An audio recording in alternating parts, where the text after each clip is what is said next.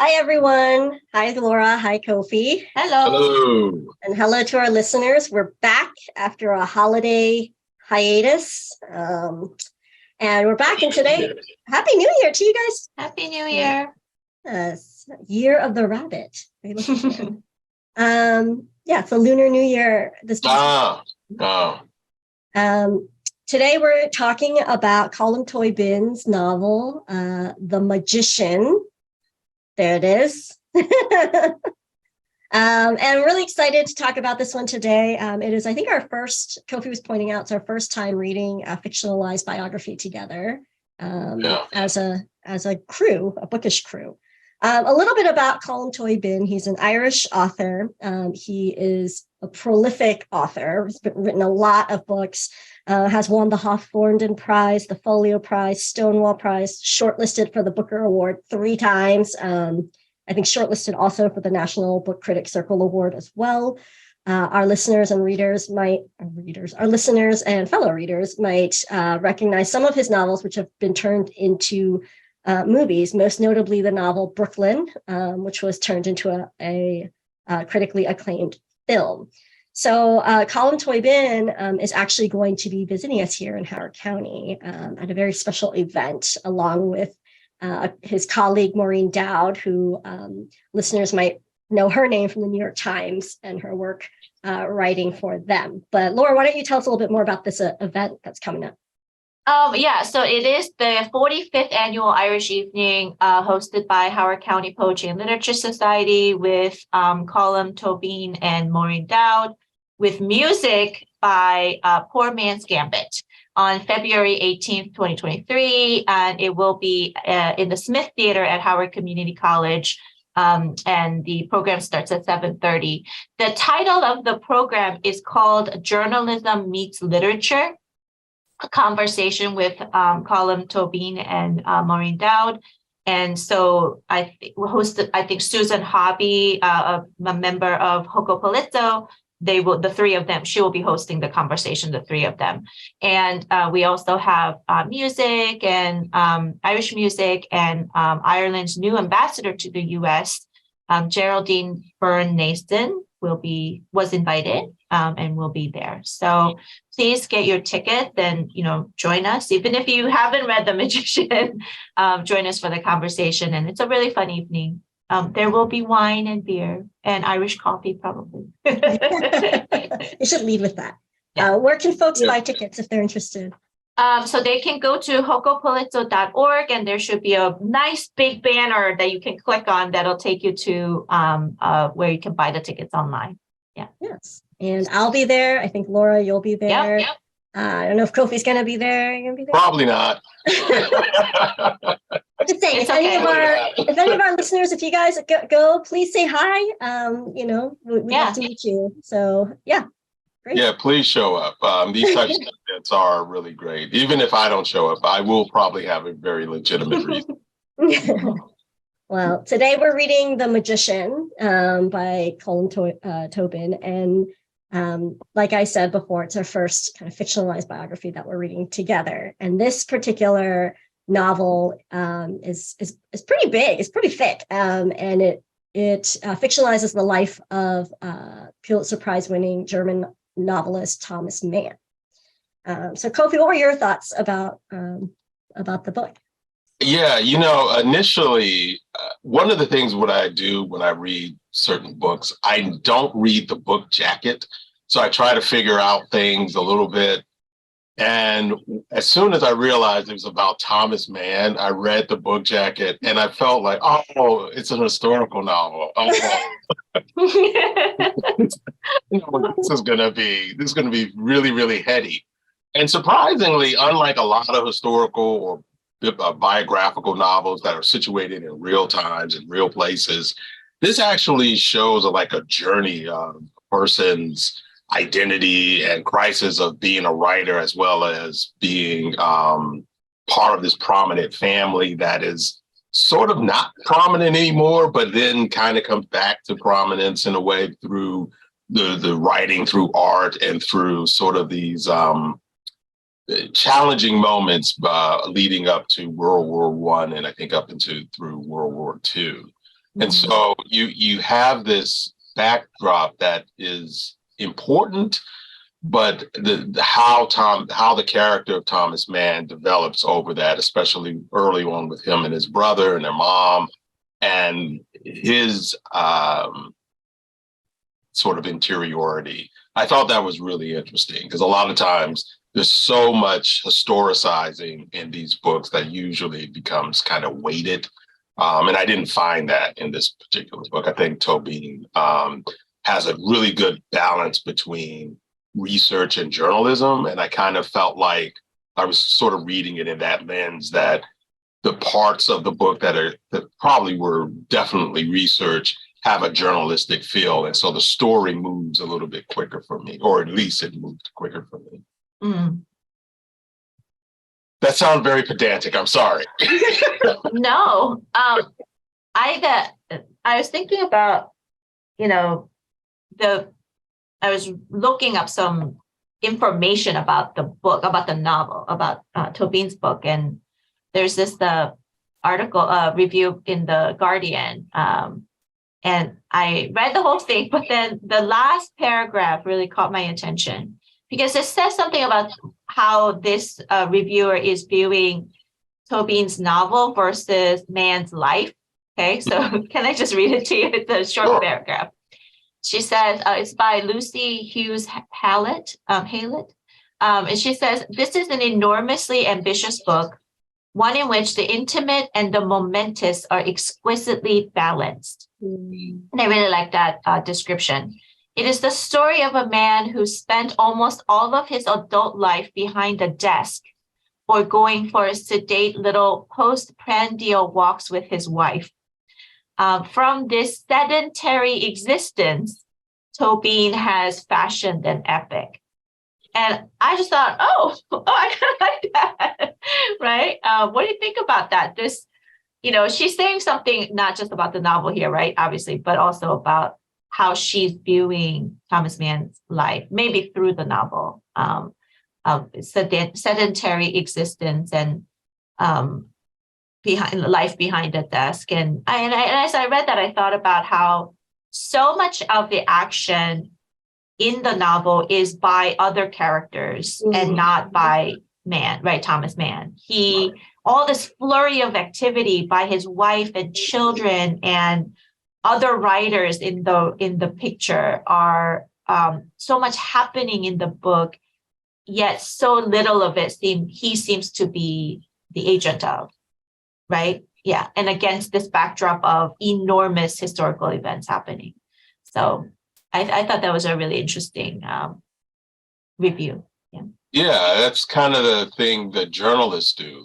They're very observant. And so in that case, in a way, I guess that's what Thomas Mann was. But I think it's interesting because the book isn't really about him. It's how he sees things. And I think that's an interesting balancing act.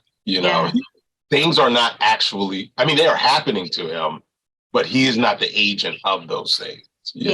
He's the observer of those things. That's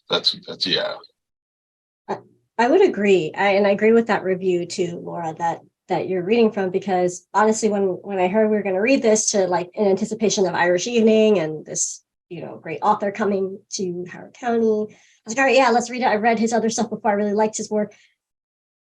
And then, if you asked me like how much interest or how many thoughts I've even had of Thomas Mann in my life, the answer is zero. Like, none. Not existed. And I was like, why do I want to read about Tom? I have zero interest in reading about Thomas Mann. No, thank you. But interestingly, as I started reading it, and I think this is, a testament to Toibin's, skill and mastery of the craft, is he was able to craft this sort of, out of a sedentary life, this sort of like, it really is an epic. And for me, the beginning kind of, took me a while to kind of get into it. But by the time we got to World War II, I found myself like deeply, deeply invested in what was going to happen.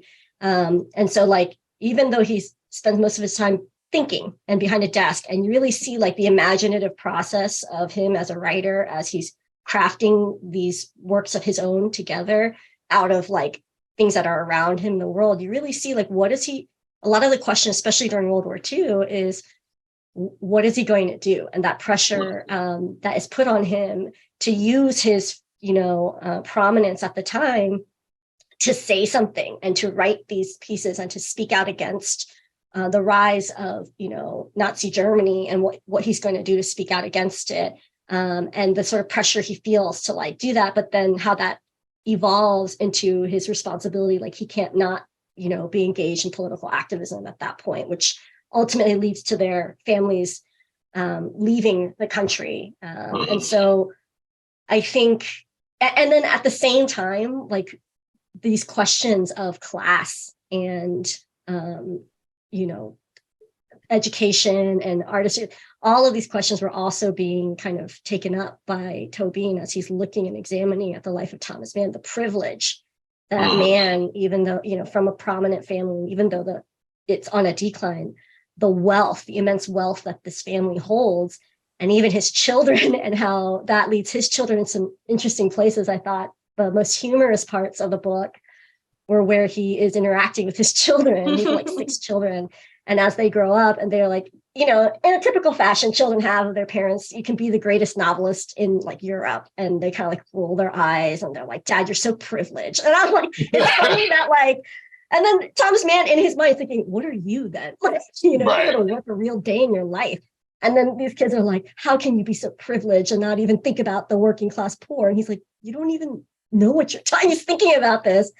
And I just thought it was so funny because, it really makes you question like, the idea of privilege and being born into these classes that can have these sedentary lives, that can sit down and write great epic novels and win the, So anyways, it was a lot, as the readers can probably tell from my harried exposition of my reading experience.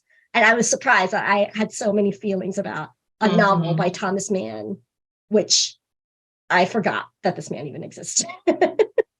Apparently I forgot that he was such a big, figure during that time. So anyways, that was my,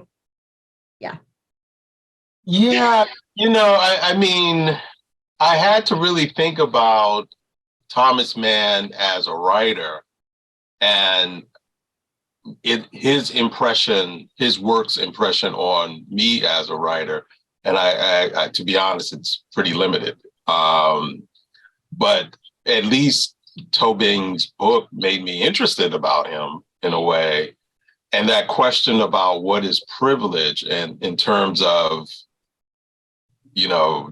those who are without, privilege. It's such a relative thing because I think the children, generations see things differently than the previous generation. And the younger generation almost always seems to see the follies and the problems of the older generation. And the older generation looks at the youth as inexperienced and unknowing of the ways of the world. But both have a kind of privilege within them to be able to sit back and reflect is in itself a privilege. And to have that space for that reflection is also. And so the idea of being a writer at this critical time is kind of a privilege, yet one that is rife with danger if you don't say the right things, And so it's a tenuous privilege if you're an artist, because that privilege can easily go away, especially during that time. Yeah. Like even his, go on. Even his reputation, there's a lot in the novel that discusses the like gender expressions and sexual orientation of both Mann's children, but also in Mann's own life. He was closeted homosexual, right? I think, and that is what the novel is takes a look at, examines, and he has these deep kind of desires and relationships. Remember, he marries a woman, and together they have 6 children. And there are some moments, and this follows him. His attraction to men follows him through. I mean, it's part of who he is, And so throughout his life. And his wife knows that. His children know that too. I don't think in the novel, they never explicitly talk about it. And they understand that he has chosen to live not a homosexual lifestyle, but this sort of mainstream heterosexual lifestyle. And he kind of is in fear that some of his deepest desires are going to be known and discovered. And some of them are, he would definitely be canceled in today's culture, but he would have been executed probably in that time period. And I think, to me, the whole idea of, identity and holding these things together and balance while being a writer and having privilege, was a really interesting dichotomy. And it came to a head for me when there was that one scene and they're evacuating France, I think. Is it Sweden? I forget where it was. They're evacuating somewhere because war has broken out and they need to leave immediately. And they were living in the States, but they didn't realize the danger that they were in. And so they're part of this mass exodus, trying to get on a ship, I think. And there's this long line of people. Everybody's mixed in together. And somehow he is able to cut in front of everybody. And it describes that moment as being very aware of his own class and privilege, and that everybody else who's staring daggers at them are aware of it too. And that this is what allows him to. That moment too is physically facilitated by his daughter and wife, right? Exactly. He's sort of, again, sedentary, standing in line. I think at some point his daughter says, "Oh, my father is ill," right? Or frail. And so he even in that moment, he's thinking about what that says about him. Am I frail and old man? But it's so interesting. It's his wife and daughter who are, do you know who he is? Do you know who we are? And gets in front of the line, and somehow they're able to talk these, officers or officials onto letting them on first onto the ship. And you're right, that is a very visual, imagery of that privilege that they're talking about. And there was a moment in at the beginning of at the end, the war has ended. And I think they're talking about going back to Germany or visiting Europe for his speeches, right? He's giving lectures. And at the beginning of chapter 17 on page 389, I don't know if you have the paperback, it says, it starts with, "The war was over, semicolon, Thomas had not experienced it." And it was such a beautiful, short sentence, right? He did not know what its aftermath meant, and he would have to get used to that. And then at the chapter before that ended with, one of his daughters saying something about, we should get our house back, get our house in Germany back from them. And Erica says, "With Germany quite rightly on its knees, our property is perhaps the last thing we should all be thinking about." And then transitions to that sentence, "The war was over, Thomas had not experienced it." And I think that sort of going from that chapter to the next chapter shows that gap in what Germany and Europe, or people there experience versus the people who left. And the audacity of even talking about, let's get our house back, our property back, shows that privilege, shows that gap of understanding, experience. And I think it's interesting to watch him sort of grapple with it after the war, right? It's hard watching the war, and then there's the aftermath. He was not part of it. Even when they escape the first time to France, right before war has broken out, I think he's very much made aware of his wealth that he's amassed from winning, from his massive publications that have been successful, because he meets up with a fellow writer back when they were young writers. They were all their futures were all uncertain, money was running out. And even his brother was the first one between, the two of them to express his intention of becoming a writer, and was published and all this stuff. but Thomas Mann ends up kind of becoming like the one who's most successful between the two of them. And that gap of success and money and acceptance, I think you can see the difference it has on that, what you just mentioned, him experiencing the war or not, because he's like meeting with one of these writers, I forget his name. They were kind of like kind of frenemies, I guess. And this writer actually ends up asking him to use his influence to help them save one of their other writers who is going to be sent to these, political prisoner camps that they're calling them. But he can't do that. He doesn't have that kind of clout, he doesn't think. And then even with his own brother, whose wife and child are left behind in Germany and are going to be, I think they are sent to like a concentration camp. And he feels this immense guilt that he's unable to save them or intervene because he can't seem to make that request to the most powerful political person he meets in Washington, who is the owner of the Washington Post. And so I think you're right. Like he doesn't experience the war. His wealth and his immense success kind of shields him from a lot of that. But yet he feels like it's what you said too, Kofi. Like he's never the one to do anything. He tries to make requests for other people, the government, to bring these people over. But even that, he doesn't feel like he can make that request all the time. So it was a really interesting novel. I want to ask you guys this. What were your thoughts on the title, The Magician, and where he gets that name from? His children are the ones who give it to him when they are younger. But what do you think about that as being the title? Yeah, I thought about that a bit. And, I guess the thing is, what is the purpose of a magician is to trick you, right? And that to make you believe something that seems impossible, but it's yet very much possible.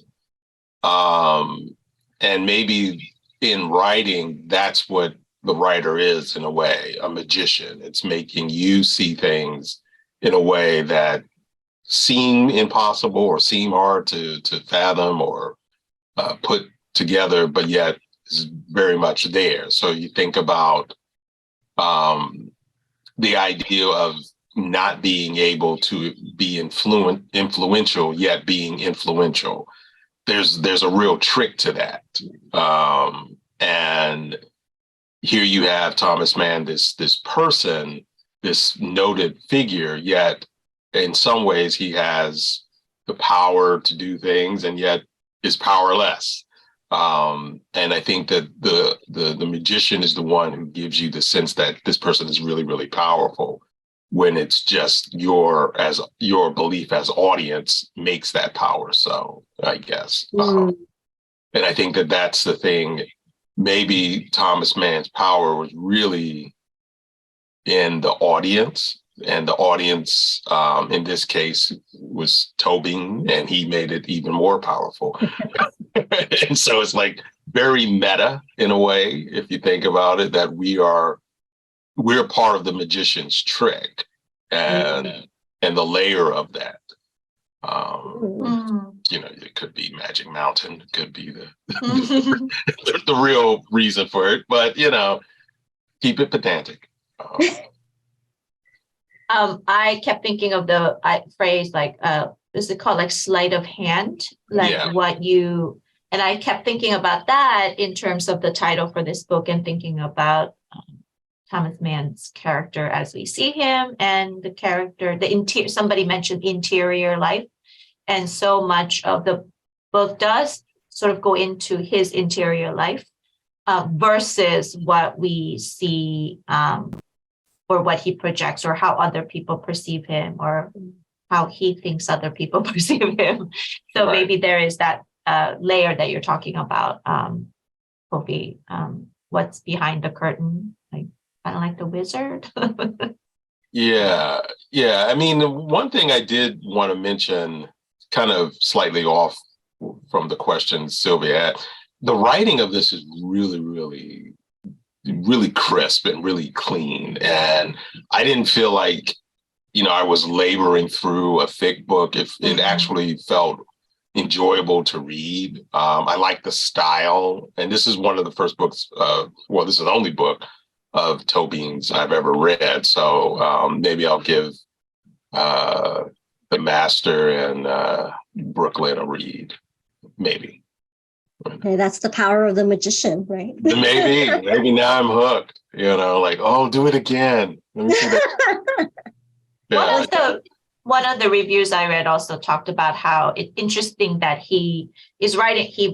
Toibin wrote these two fictionalized biographies of two writers who, according to this reviewer, and then I can't remember who that was, whose writing seems very different, or writing style, and seems very different from like Henry James and Thomas Mann, which I thought was interesting. And yeah. I kept coming back to the question of like, but why Thomas Mann? Like what in Toibin's like vast kind of inspirational, like in the world, any inspirational cue, like I'm thinking to myself, like, what was it about Thomas Mann? Maybe he picked up he was doing, I don't know. What about Mann sparked? You can ask him. I will. I'm going to. On the 18th, you can ask him. I know, because it feels so random. But then I thought, this is the power of a lot of, maybe going back to your idea of like the magician, but this is the power of a lot of writers, is that they have the power to basically revive people from the dead, so you see these revivals once in a while. Like a couple of years ago, we saw a huge James Baldwin revival, right? Movies and, coming back into prominence. I think there was like a Kate Chopin revival and all her stuff. And these are people who, Baldwin aside, because he's considered, major, but like, these are a lot of writers who would fall out of prominence over the years after their lives have ended. And I feel like Thomas Mann, I was reminded like, oh, he was a pretty major literary figure of his time. And I just completely, dismissed him. Like, I'm not interested in this guy. But then when I read the novel, like you, Kofi, I was like, maybe I should read more of Mann's. Like, maybe I should read, Blood and Brooks. Again, 0.0 times in my life have I ever contemplated reading Blood and Brooks. No thanks. But that's kind of, I think, an interesting thing that a novelist can bring these people back into the spotlight. Yeah, wasn't it Alice Walker who brought back Zora Neale Hurston? I think. Yes. So in some way, living writers can do. Interesting. A very powerful thing, and resurrecting another writer's career or station. But I don't think Thomas Mann was out of favor. I guess he just wasn't so on top of mind. Not in I should say, from a very American liberal education point of view, he's still very much widely circulated elsewhere, but and even in America, it's just in my popular imagination, I'm like, I don't see. Well, I did look him up, and I went to Amazon, like, oh, The Magic Mountain, and I was gonna give it a shot until I saw that it is 1 billion pages long. I don't know about you guys, but I do not these days have the attention span to, invest or labor through some of these longer books. And there are a couple of books on my bookshelf that I really have been dying to read, but are very long, and I'm very intimidated by its length to even start. So actually, Sylvia and I were talking with another friend about, like, we need to find these little books, right? For the quick wins. I can say, like, yes, I finished the book. But this, I do have to say, The Magician, I listened to on audiobook, which I find myself lately, I've been needing to do a lot. And it was real. I thought it read really well as an audiobook. And maybe it has to do with what you were saying, Kofi, about the writing being crisp and it moves along. There's like this movement in the novel that's very, it works great as a story that you listen to, right? Yeah. So I recommend that too. Yeah. I listened to half of it. I listened to the last half on audiobook, and it was really, really riveting, I guess. Right. Yeah, I always want to listen to a book on audio, but then I think I might fall asleep. Don't listen to it when you're laying down in bed. You gotta listen. Like I was doing I fall asleep while I'm driving. Like, oh, this is very, very, very sonorous. But we are at our time where we've enjoyed each other, and please do pick up Colm Toibin's book, The Magician. It is a wonderful read. You can catch us on dragondigitalradio.podbean.com. You can also catch us on our YouTube page, Bookish, a casual book club, as well as on Facebook. I need to start uploading stuff. I've been derelict of my duties a little bit. Same. And reading a lot of nonfiction, maybe that's why. But anyway, be that as it may, please continue to read, and please join us for Irish reading. I was going to mess up something.